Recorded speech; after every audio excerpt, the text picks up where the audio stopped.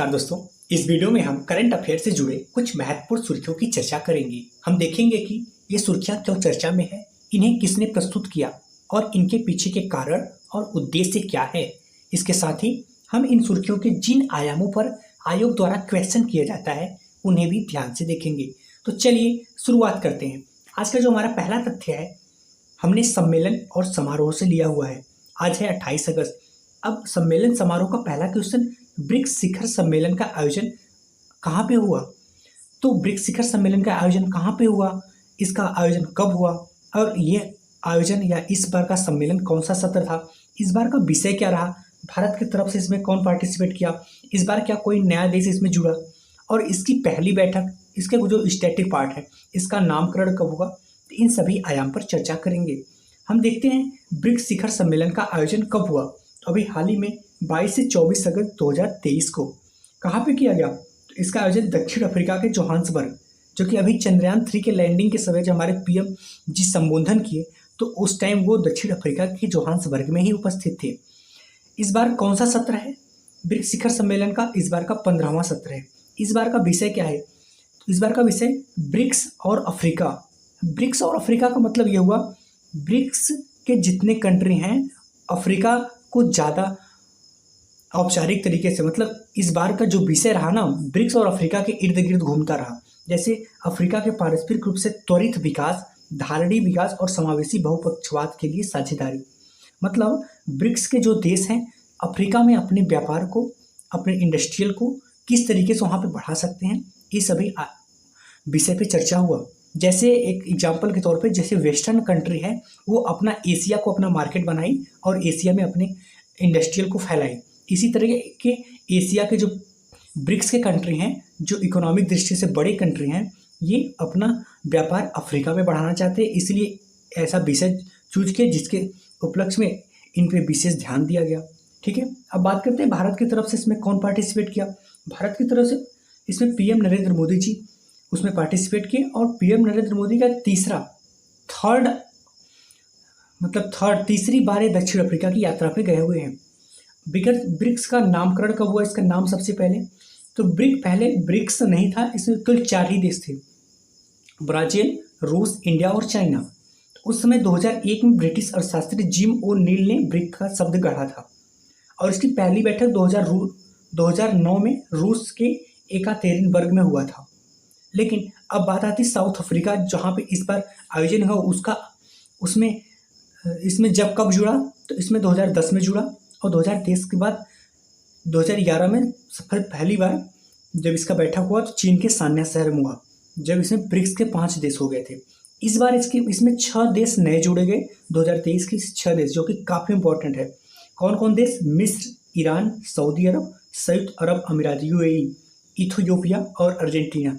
यहाँ पे सबसे बड़ी बात यह है कि पाकिस्तान भी काफ़ी दिन से परेशान रहा, लेकिन उसको इसमें नहीं जोड़ा गया। ठीक है, चलते हैं अपने नेक्स्ट टॉपिक पे। नेक्स्ट टॉपिक हमने लिया हुआ विज्ञान और प्रौद्योगिकी से। देखते हैं इसमें कौन सा इंपॉर्टेंट टॉपिक है। विज्ञान और प्रौद्योगिकी का जो टॉपिक है, अभी हाल ही में डीजी यात्रा सुविधा पाने वाला पूर्वोत्तर का पहला हवाई अड्डा कौन सा है? तो हम यहाँ पे देखेंगे डीजी यात्रा सुविधा क्या होता है और कौन सा ये हवाई अड्डा है जिसको ये सुविधा मिला और वो हवाई अड्डा कहाँ पर है और इसके अंतर्गत क्या क्या किया जाता है, ये सभी आयाम पे चर्चा करेंगे। तो डीजी यात्रा सुविधा पाने वाला पूर्वोत्तर का पहला हवाई अड्डा कौन सा है? Gopinath Bordoloi international airport. कौन? गोपीनाथ बोरदोलाई इंटरनेशनल एयरपोर्ट कहाँ पर है? गुवाहाटी, असम की राजधानी में। डीजी यात्रा सुविधा क्या होता है? तो डीजी यात्रा सुविधा, डीजी डिजिटल गेटवे यात्रा सुविधा, यह एक प्रकार की यात्रियों को सुविधा है। कैसे सुविधा है? यह यात्रियों को संपर्क रहित, बिना किसी संपर्क में जाए निर्बाध आवागमन, बिना किसी बाधा के आवागमन की सुविधा मिलेगा। तो ऐसा किया जाएगा जिससे यात्री बिना कहीं जाए और बिना किसी बाधा को यात्रा की सुविधा मिलेगा। तो देखो, जो व्यक्ति एयरपोर्ट पर हमेशा आना जाना है उनका, वो बार बार जाके उनको चेक इन कराना, अपना पहचान बताना, लाइन में लगना, बोर्डिंग करना, मतलब जितने भी वहाँ पे काम होते हैं वो काम करना उनके लिए काफ़ी समस्या काम होता है, जिसमें समय का लॉसेस होता है, उनको बार बार प्रॉब्लम होता है। तो इसको कैसे निराकरण किया गया? तो जो निराकरण किया गया, जो जिस सुविधा के माध्यम से, उसी को डीजी यात्रा सुविधा कहते हैं। तो इसके माध्यम से जो यात्री होंगे उनके आधार कार्ड से उनका एक आईडी बनाया जाएगा, उनका एक पहचान बनाया जाएगा, उनको फेस पंच बनाया जाएगा।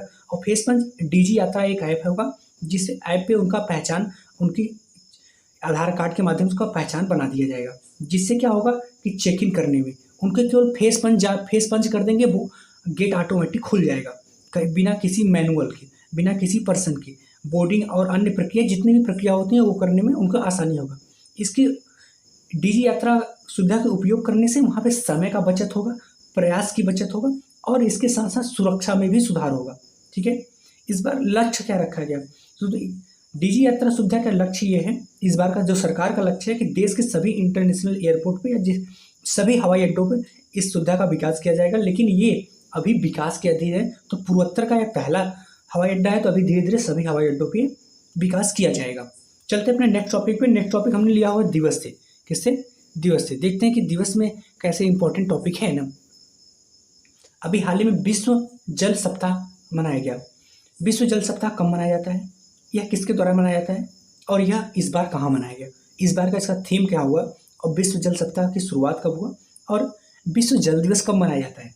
ठीक है, तो विश्व जल सप्ताह अभी हाल ही में 20 से 24 अगस्त को मनाया गया। यह किसके द्वारा मनाया गया था? स्टॉकहोम इंटरनेशनल वाटर इंस्टीट्यूट द्वारा। स्टॉकहोम इंटरनेशनल वाटर इंस्टीट्यूट द्वारा कहाँ पे मनाया गया? वाटर फ्रंट कांग्रेस सेंटर कहाँ पे है? स्वीडन में। 30,000 से अधिक पूरे विश्व के लोग इसमें पार्टिसिपेट किए। इस बार का थीम क्या है? Seeds of change, innovative solution for a water wise world. ठीक है, विश्व जल सप्ताह 2023। विश्व जल सप्ताह की शुरुआत कब हुई, मतलब कब से मनाया जा रहा है? तो 1991 से मनाया जा रहा है। और दिवस की बात की जाए तो प्रत्येक वर्ष 22 मार्च को विश्व जल दिवस मनाया जाता है। धन्यवाद।